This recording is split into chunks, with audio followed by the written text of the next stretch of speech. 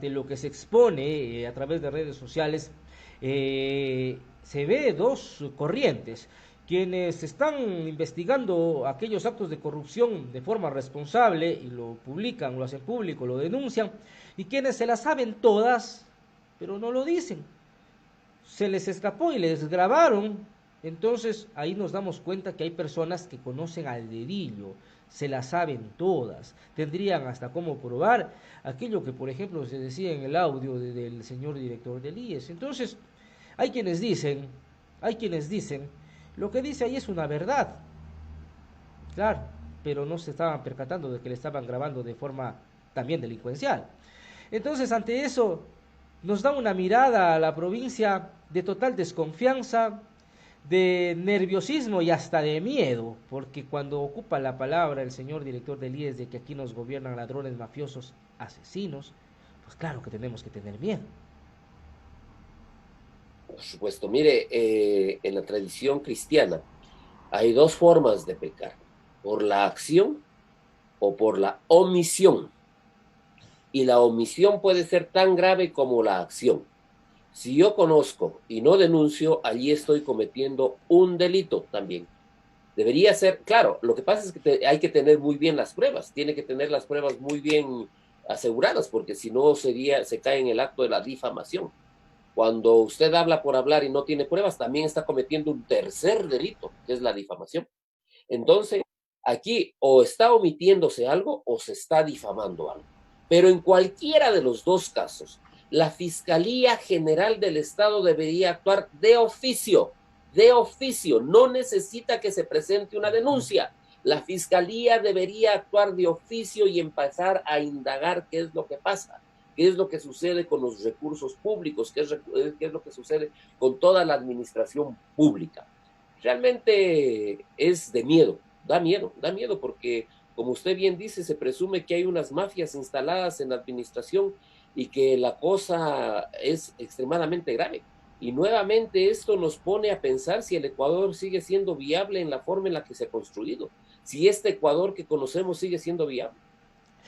Es así, comparto mucho su criterio. De seguro que la ciudadanía se identificará también con el mismo, porque causa indignación y ahora tendría que causarnos miedo, sabiendo que tremendas joyas han estado en la administración pública de más de 35 años de la provincia.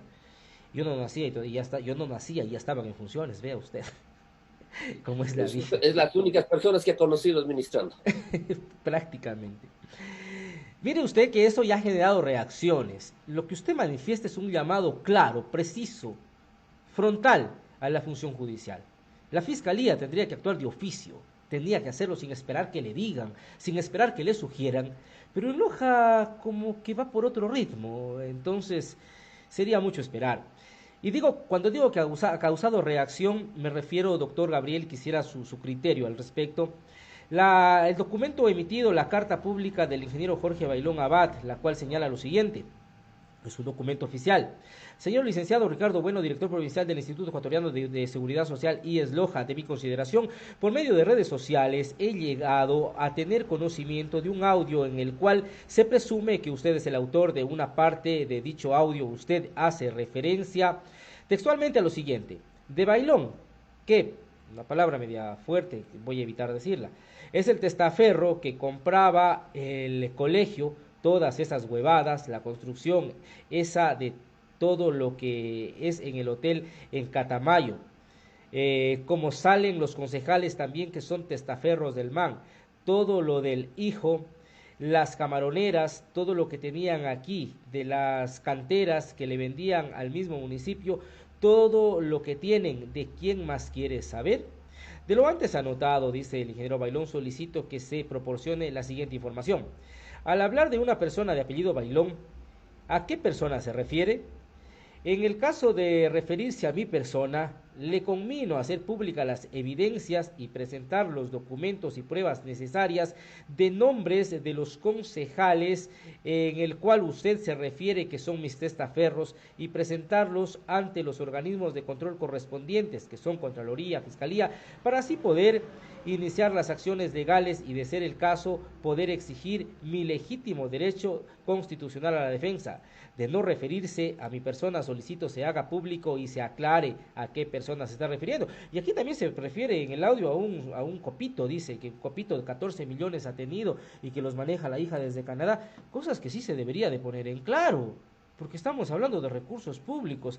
Esta primera reacción, ¿cree usted que es inicio ya para que la Fiscalía asuma su rol y su responsabilidad? Entiendo que la carta que el alcalde pone es una carta formal, porque de lo que yo vi es una Formal, carta en totalmente formal. papel del municipio, con número de oficio del municipio y con el sello de la alcaldía. Por lo tanto, es un documento público. Y al convertirse en un documento público, allí usted ya tiene un elemento concreto para iniciar una indagación fiscal.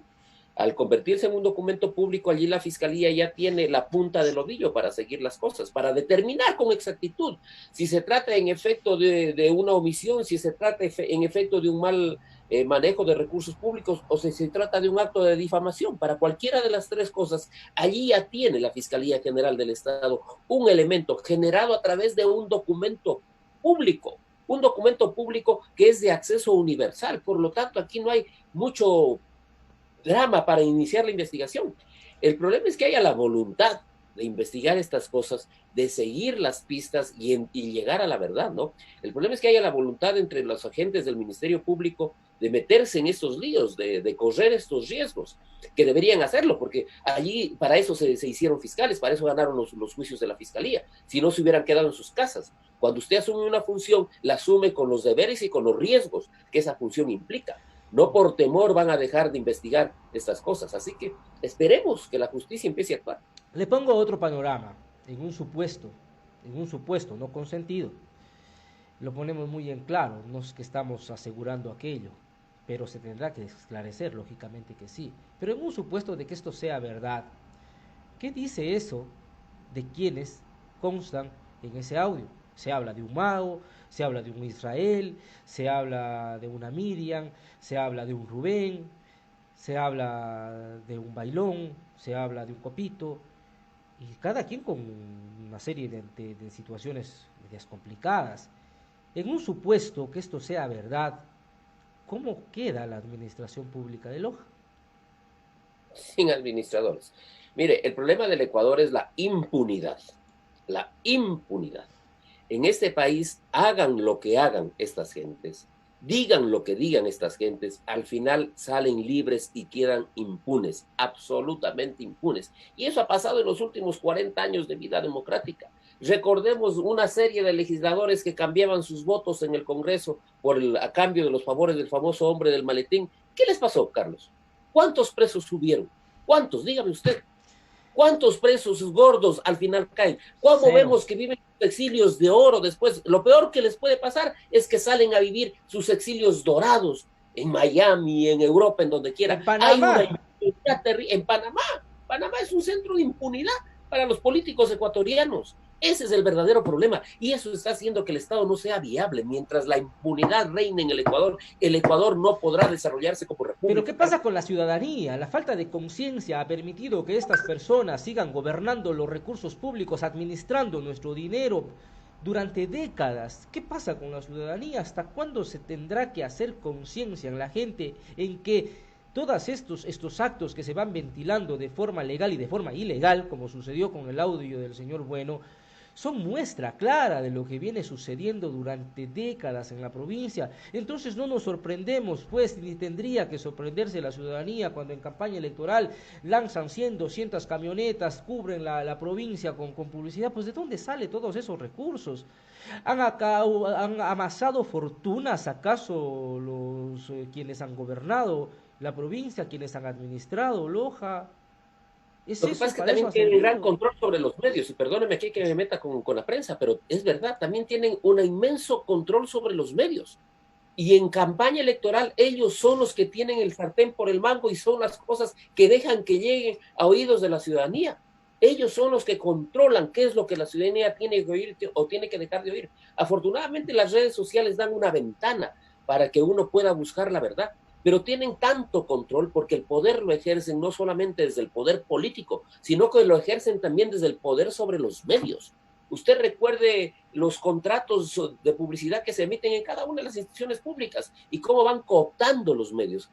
La prensa, de alguna manera, necesita vivir y vive en gran parte de la publicidad. Y en una economía tan alicaída como la nuestra, un gran contratante de publicidad es el Estado a través de las instituciones desconcentradas, y ahí es cuando esta gente aprovecha nuevamente para tener el control sobre la gente. A eso añádale una gente tremendamente empobrecida, cuya prioridad no es el estar reflexionando sobre el futuro del país, sino que su prioridad es estar reflexionando sobre lo que voy a comer mañana.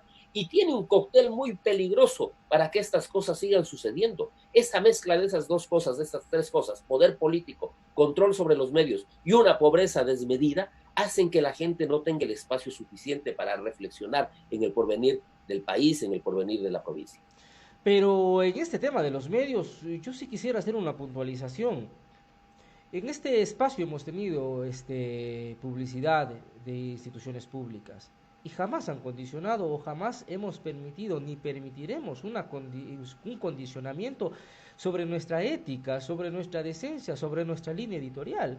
Porque yo lo entiendo y así deberían de entenderlo absolutamente todos los medios de comunicación y quienes trabajamos en medios de comunicación, que el pautaje o la institución pública, llámese municipio, llámese prefectura, llámese gobernación o cualquier institución que quieran, está contratando ese espacio, esa franja publicitaria, no está contratando pues la moral de quien está dirigiendo el espacio de noticias, tampoco está contratando la ética o la línea editorial del medio.